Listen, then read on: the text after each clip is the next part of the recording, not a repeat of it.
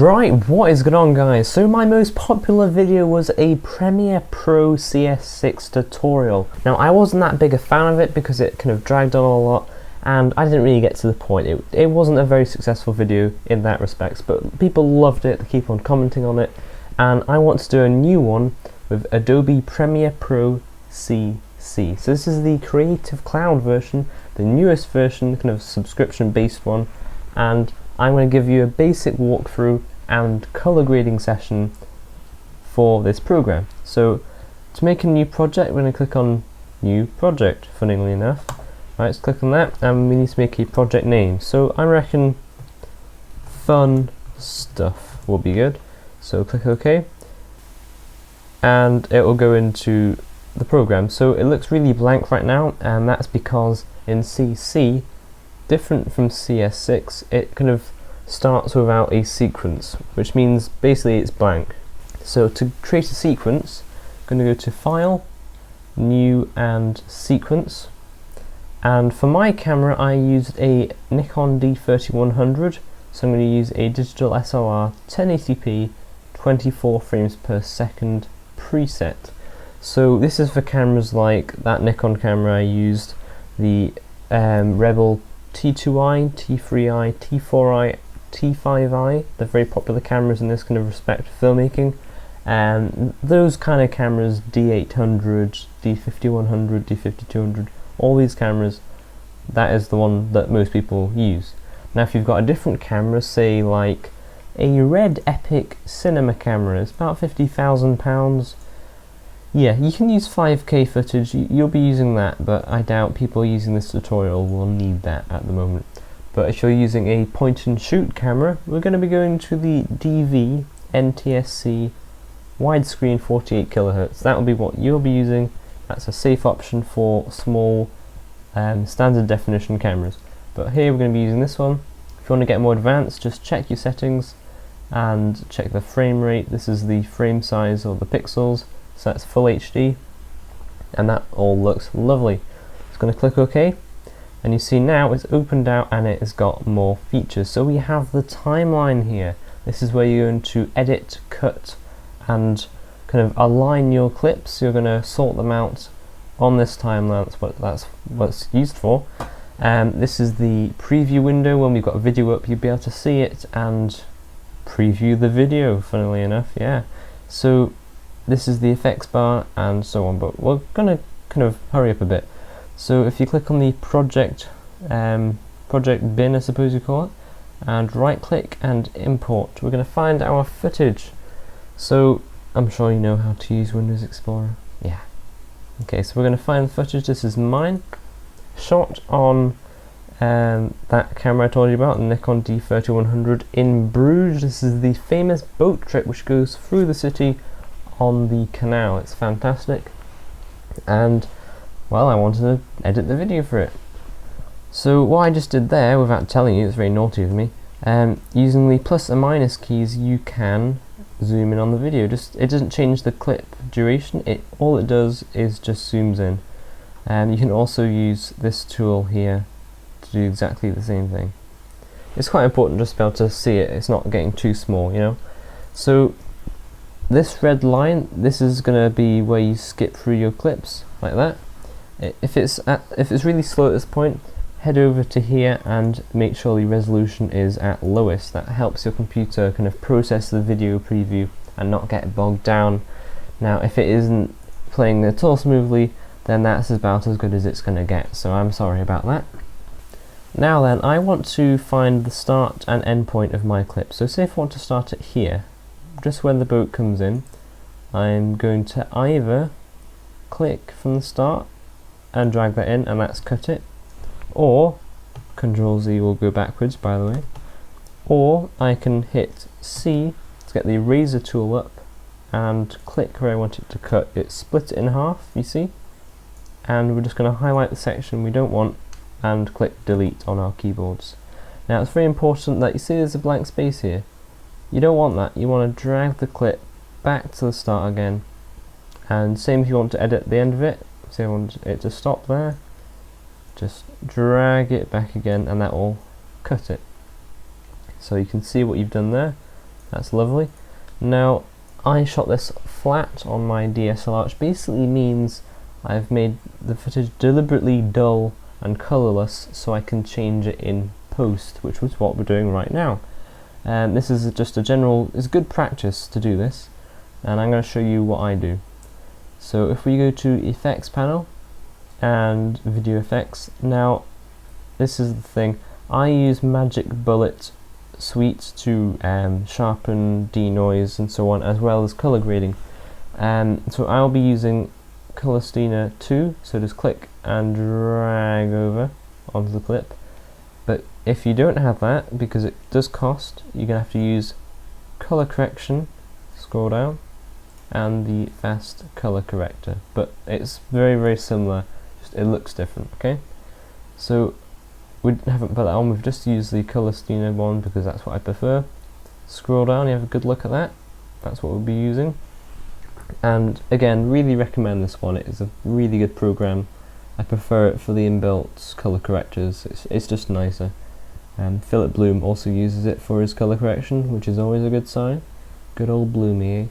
So we're going to use this to brighten the colours up and make it look realistic, because right now it's just really dull. So there's lots of different things you can do, but what I normally do and what is good practice is to do the general, taking the shadows, just click and drag, taking the shadows to the blue section. Now it may be a bit slow, but that's fine, you just have to live with that, I'm sorry. Taking that to the blue, okay, it may have got darker, don't worry about that at the moment. Using the mid-tones, taking that to the warmer tones, so you like yellow, orange, red, like so.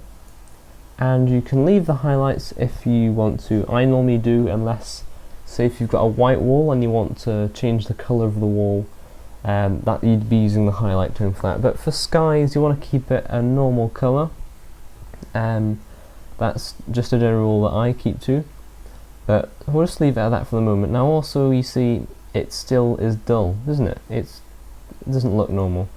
So we're going to take up the saturation just by clicking and dragging. Now I'm going to take all the way up to full, like that. There we go. But also it doesn't look very contrasty, it still looks flat. And most people, to add contrast, will pull down the shadows like so. Now that's not the way to do it, because if you look, it actually crushes the detail, it crushes the shadows in fact, and you lose detail there, which is really bad, it's unprofessional. So what I do, and what the professionals do, is you take down the mid-tones, like so, just only a bit, like that. Notice it gets darker, that is fine, because you then correct it using the highlights, like so. So use the highlights, and we're just purely using it to get the right exposure. Now be careful not to clip any of your highlights, which means basically don't have it too bright, because then you'll lose detail in the highlights. Okay, so that's looking a lot better now, and if you want a comparison of how it looked before, just go back up, and this normally shocks people, it shocks me, because you're going to forget about how it used to look. And next to the colour steamer there's an FX button. Click that, and that's what it looked like when we started. Quite amazing, isn't it? Tick it, and that's where we've got to. So it's really quite nice. If you do notice, say if you wanted to zoom in on the picture, just check things, go to fit and choose your zoom percentage. I'm going to choose 150 and click the H on your keyboard to pan around the image. So I just want to check something here. You see that's a shadow there, it's a blue shadow thanks to our color correction, that's fine. But if we toggle this off, we have actually lost the detail. There used to be bricks there.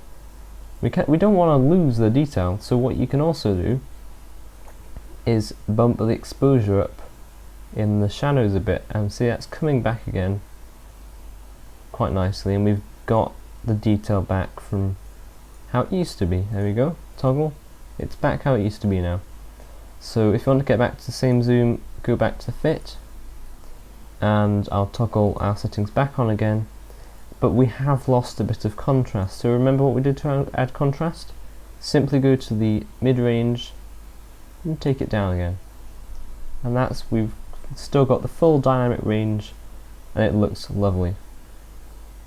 Now another popular thing that people want to do is make it super widescreen, so i.e. black bars across the side, or the top and bottom.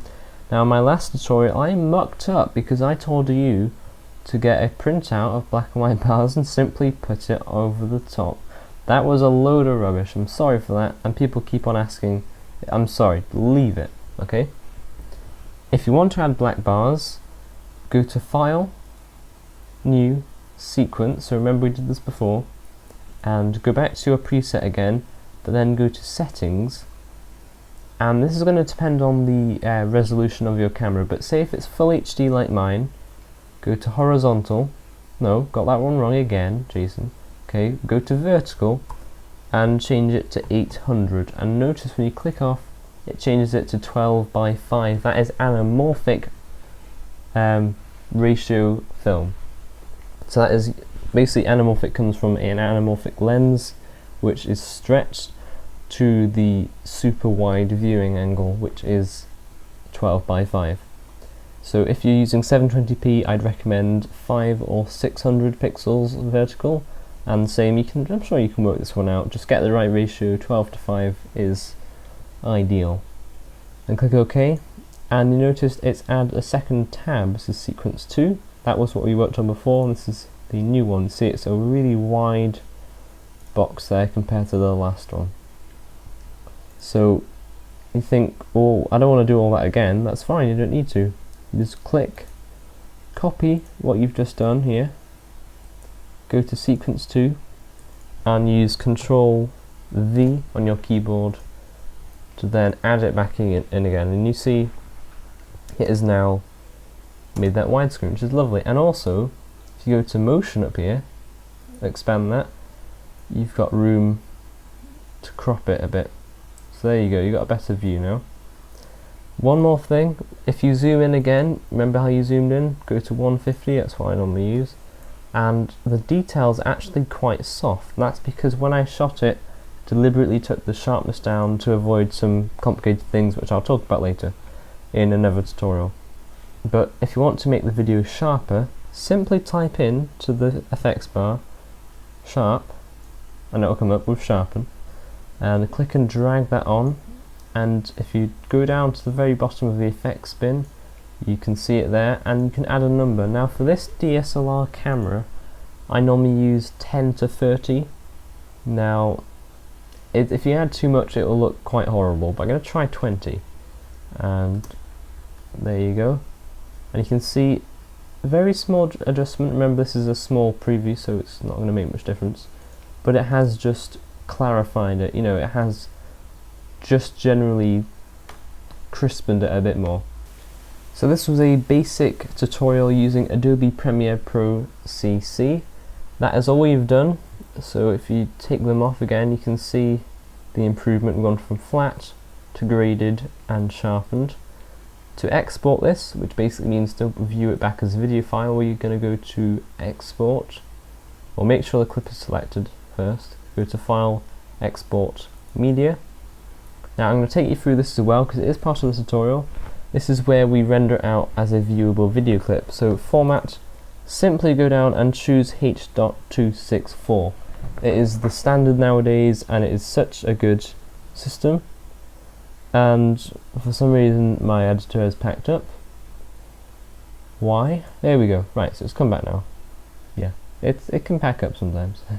So use H.264.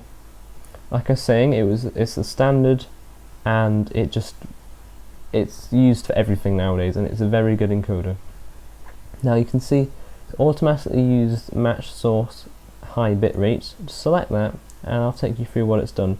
It's basically automatically looked all the settings and matched it. So it's matched the pixels, which is our widescreen, it's matched the frame rate, and it's matched the aspect ratio of the pixels, everything else as well. Now that's fine, you can leave that because it's done it correctly, but at this point, bitrate, now this is how much compression is done to the video. So if you want a really high quality look, then you can say you can give it 20 megabits per second, and that will be really high quality compression. But it's a big file size for this clip, 15 megabyte for a 6-second clip. If you want to upload to YouTube, have still good quality but a small file size, then 5 megabits per second is my personal limit for full HD video. That is as low as I would go for full HD video, and it still looks good. Like I said, like, please, comment, subscribe, follow me on Facebook. I've got a page for that, I update regularly for that, and Twitter. I also tweet out things for the channel, and I will see you soon.